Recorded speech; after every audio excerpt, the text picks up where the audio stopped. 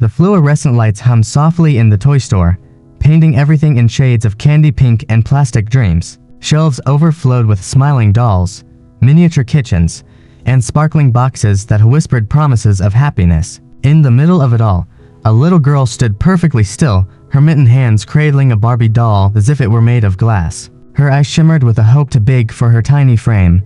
Behind her, her mother hesitated. Her coat was thin, her breath visible in the faint chill of the air. She looked at the price tag, and something in her face quietly broke. The words came out barely above a whisper, trembling with shame and love. "Sweetheart, maybe next year." The girl nodded, a smile trying its best to hide disappointment. She placed the Barbie gently back on the shelf, smoothing its hair like a goodbye. Around them, laughter echoed, other children squealing, parents joking, the sound of abundance. A few steps away, a man in a tailored coat paused mid-stride. His shopping bag bore the logo of a luxury store, his phone still lit up with a business email. Yet for a moment, none of that mattered. He'd heard the mother's voice. It lingered in the air like an unfinished prayer.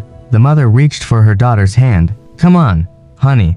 Their footsteps faded down the aisle, quiet as falling snow. The man turned his head slightly, watching them disappear between shelves of shining toys. If you've ever felt helpless watching someone you love hope for more, this story is for you. Morning comes before the sun, and Mia is already awake. The alarm clock doesn't ring anymore. Its shrill cry broke months ago. But her body knows the rhythm of survival too well to forget. The small apartment hums with the sounds of pipes and the faint buzz of the fridge. In the kitchen, she moves quietly, careful not to wake Sophie. Coffee drips into a chipped mug as she counts the few bills on the counter, folding them neatly beside a small glass jar labeled in a child's handwriting. Sophie's birthday. Inside, coins glint like fragments of hope. Mia ties her hair back, the elastic worn thin. The uniform she slips into still smells faintly of the diner's grease and coffee, no matter how many times she washes it. Her feet ache from yesterday, but she ignores it. The walls are thin, and she can hear her daughter stirring in the next room, soft humming, the sound of crayons scratching paper. Sophie emerges, hair tangled, holding up a drawing. "Look, Mommy, it's you saving the day." The stick figure wears a cape, standing beside a smiling little girl. Mia laughs softly, a sound that carries both pride and ache. "You think I'm a hero, huh?" she teases, pulling Sophie into her arms. The girl nods with certainty only children have. In that tiny moment, the world feels lighter.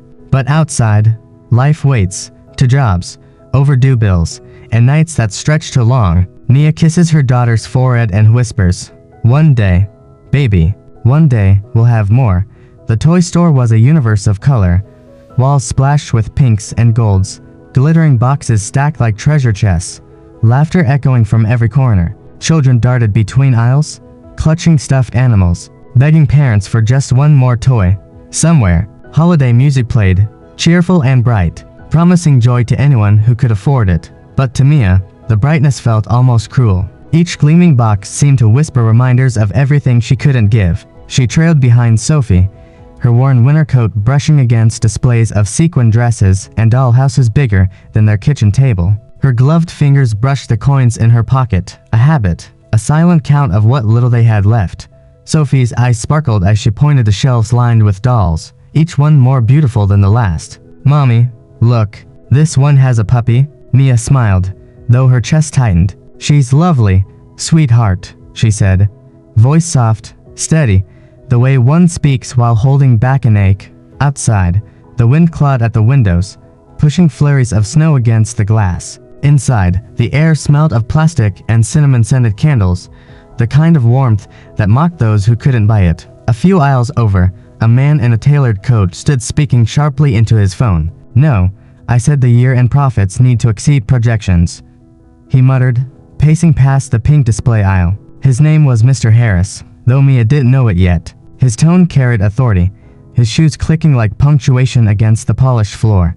Sophie's laughter drifted over, and for a second, he glanced up, his eyes catching the scene of a mother and daughter wrapped in quiet love amid a world obsessed with more. Then he looked away, unaware that fate had just crossed their paths. Sophie's small hands wrapped around the box as if it were a treasure chest pulled from the sea. "This is the one, Mommy," she whispered, clutching the Barbie Dreamhouse edition close to her chest. The doll's perfect smile gleamed beneath the fluorescent lights, the kind of happiness that seems so easily bought.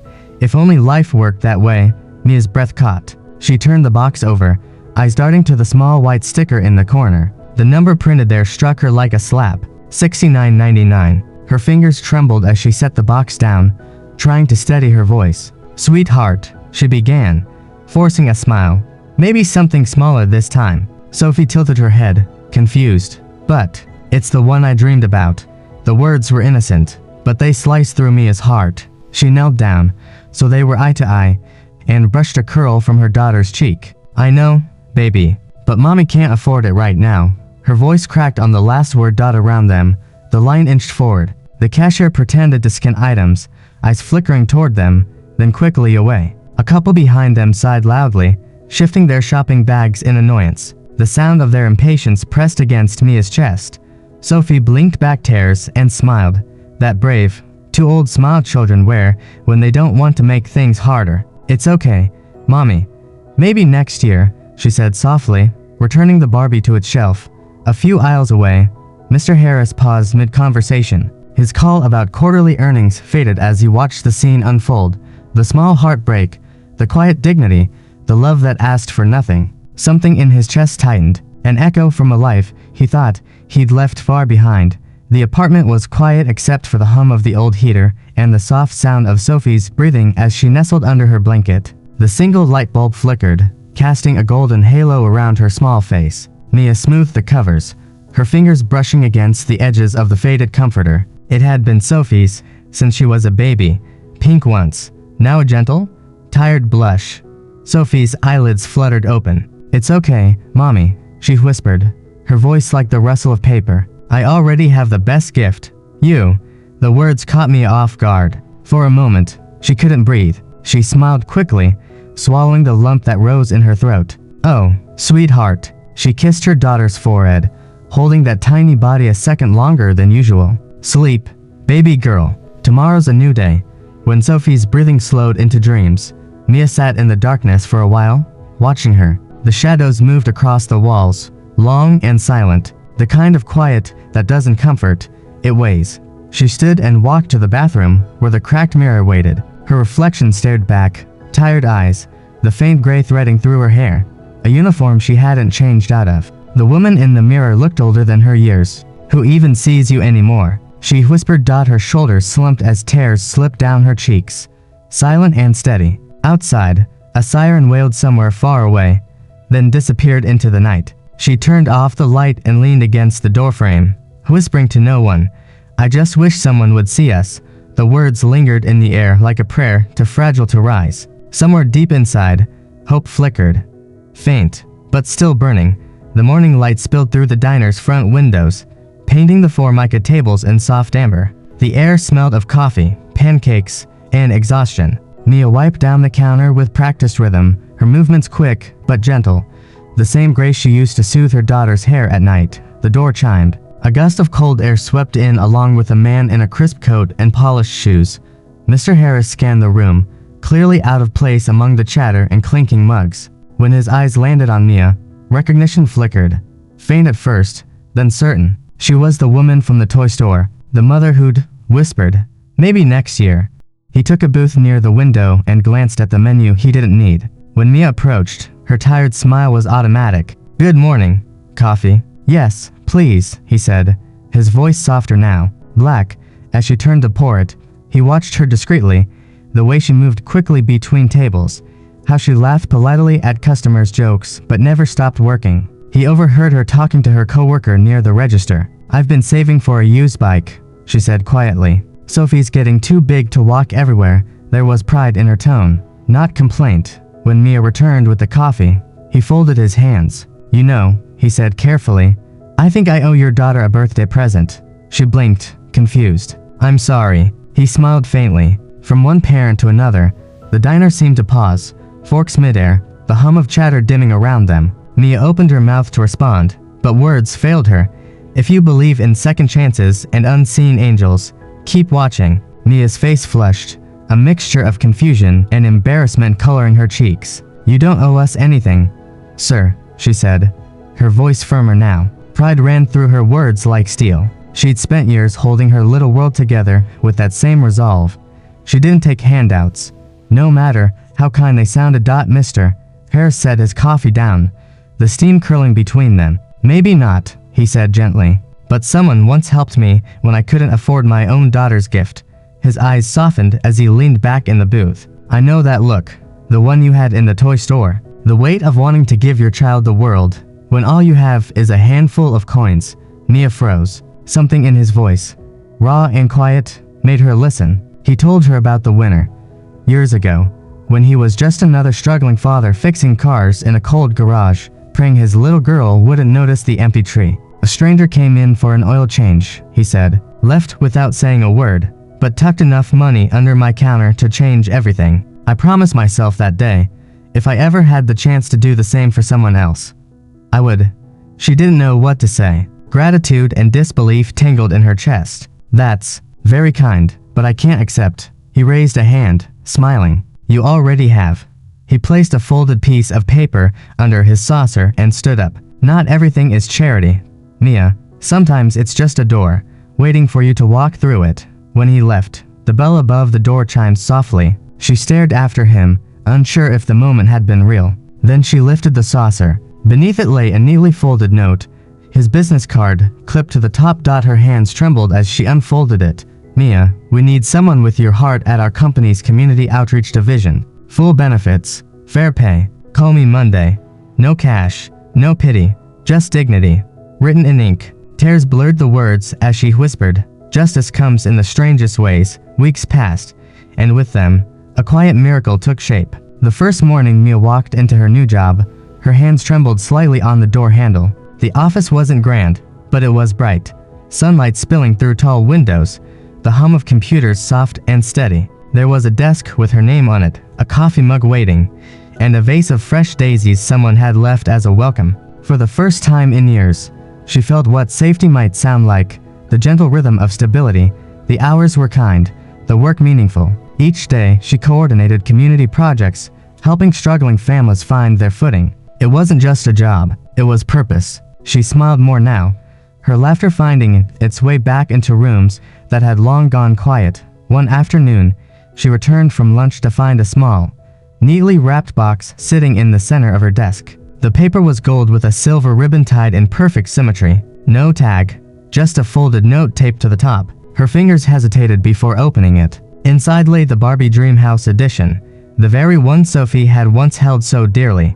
Beneath it, the note read, "For Sophie, from one dreamer to another." Her breath caught. Tears welled and fell freely this time. It wasn't the toy that made her cry. It was what it meant. Someone had seen her, truly seen her, and believed she was worthy of more.